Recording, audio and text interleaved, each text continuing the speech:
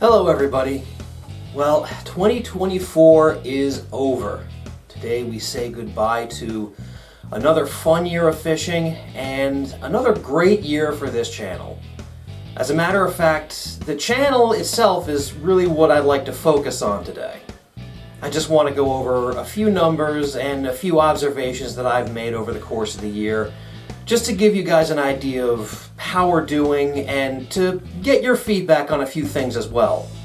First and most impressively, we hit another subscriber milestone. We recently hit 2,500 subscribers, which is absolutely fantastic. I know I'm a broken record whenever this sort of thing happens, but every new subscriber pushes this channel further and further beyond what I thought was possible. I never in my life thought it would get this big. I really didn't think it would last as long as it has either. But hey, here we are. Over 13 years later, and we're still going strong, and I'm still having fun. So I certainly have no intentions of slowing down anytime soon. So more recently, I've noticed a trend in the videos I've been posting. They've been getting quite a bit more viewers than normal. Really to the tune of like at least 2 times more views than they would normally get. To use a recent example, the last video I posted, which was 10 minutes long, just fishing a couple of local ponds, only caught a couple of small fish, and within the span of less than 24 hours, it got 1,000 views. Why? Normally a video like that would get maybe 300 or 400 views over the course of a week. And I don't want to insinuate that it was a bad video. If I thought it was a bad video, I wouldn't have posted it. But I'm just curious to know why all of a sudden, like this is a recent development, this was in the past 3 months, where my videos would just start getting a lot more views than they have traditionally. I guess one reason I can think of is that I recently moved over to rendering videos in 4K. I guess maybe some people are either specifically looking only for 4K videos, or YouTube is somehow just pushing 4K videos over all others. That's really the only real explanation I can come up with as to why this is happening. There's certainly a possibility that I've hit some kind of algorithmic jet stream that has caused YouTube to start showing my videos outside my normal subscriber base. YouTube algorithms are a mystery to everybody who didn't write them, so that's a distinct possibility as well. But considering that other than the video resolution, my content hasn't changed much recently, I really don't know what that's all about. Mind you, I am not at all complaining. I'm definitely down for my videos reaching more people and more people watching and subscribing and being enthusiastic about the things that I do, but it's just kind of a mystery. Is this a YouTube thing? Is this a fluke? Am I really that good and interesting that people are really starting to pay more attention? I honestly don't know. I'd be really interested to see what you guys think. Especially if you happen to have discovered the channel within the past few months. You know, what was it that caused you to suddenly discover my channel? So if you have any insight on that, feel free to take it to the comments below. I'd love to hear what you guys think. Speaking of video views, I just wanted to point out my observation that my cabin series videos, they traditionally do not do very well. And again, I'm not quite sure why that is, because the whole spirit of those videos, which is me being in a place I love doing whatever I want, is sort of the underpinning spirit of this channel. It's all about me going to places that I like and fishing the way I want for fish that I want to catch, and there's really no place I can do that better than at the cabin. So again, I'm wondering exactly why those videos don't get quite as many views as some of my other ones. But I just want to assure you that even though the videos for the cabin series might not do very well, I am not going to stop making cabin series videos. I mean, that's my happy place, quite literally. So I'm not going to stop going there, I'm not going to stop fishing there, and I'm not going to stop making fishing videos there.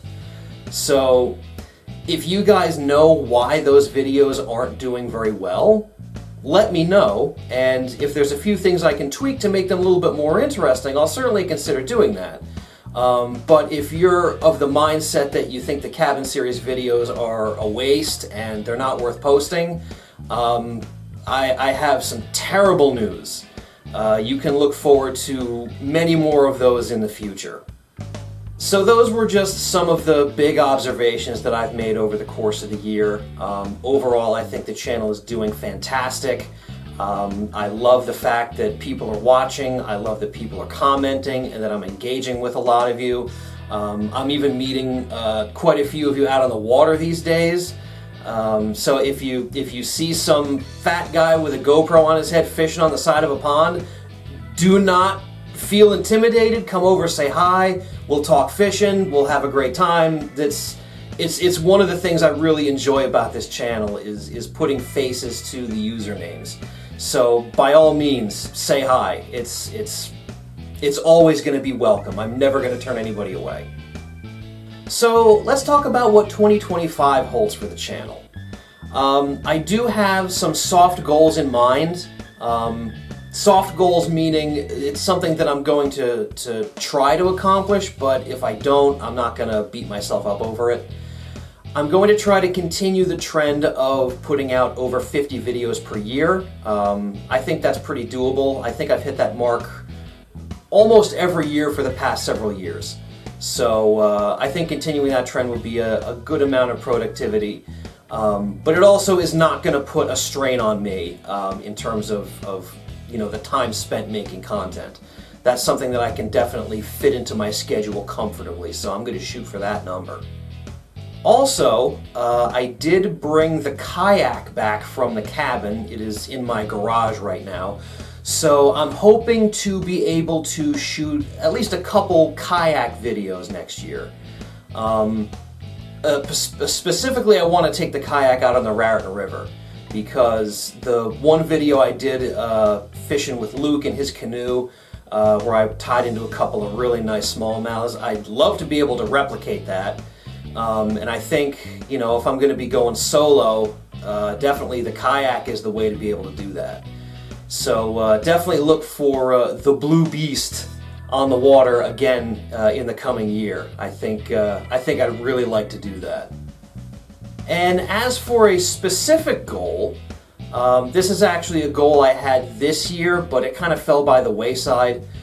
I would like to catch a big smallmouth on a fly rod. And by big, I mean 18 plus inches. I have a nice new fly rod that I've essentially ignored for the past year, and I'd really like to be able to get my money's worth out of it. And I think if I can land a lunker smallmouth bass on it, that would definitely be worth every penny. So that's definitely something else that I want to try for this year. Other than that, the videos are pretty much going to stay the same. They're going to be the same style, the content that you've come to expect and that you've become comfortable with over the years, it's going to be there. I'm not going to make any major changes to anything. Like maybe a year or two ago, I put a post on the community page where I asked, I pretty much said, hey, I'm thinking of doing some minor things to spruce up the channel, what do you guys want? And almost overwhelmingly, you guys all said, don't change anything. So I can certainly take a hint, and I'm going to keep things pretty consistent. Other than continuing on in 4K, which I think is a worthwhile change, just because it's going to mean higher higher quality content overall. It's going to be the same old, same old. So if you like what you've seen the past year, then get ready for more of the same. Now, what I would like to do is I would like to end this video the way I like to end every year, which is with a toast. And I'm going to take it a little bit further this year because I'm going to be cracking open a Christmas gift. So this right here, this is a bottle of scotch that was gifted to me by Bro Almighty. I have never had this particular scotch before. So I'm going to make this an impromptu scotch review. I do not claim to be an expert on scotch, but I do know what I like. So I'm going to open this up and I am going to see if my brother's taste in scotch is on point. I love that sound.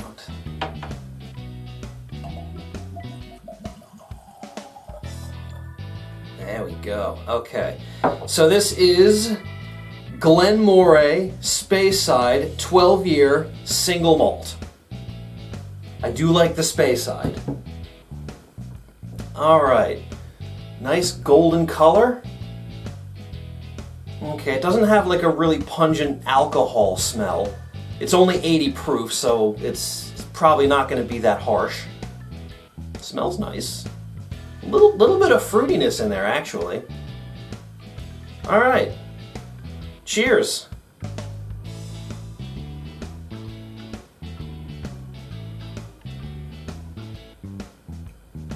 Okay, it's pretty mellow. A little bit coming on at the end there. This is nice. It's got a warming burn to it. It's not like a harsh punch in the mouth. It just kind of slowly spreads and you feel the warmth spreading in the back of your throat and down into your stomach. It's got a little bit of toffee in there.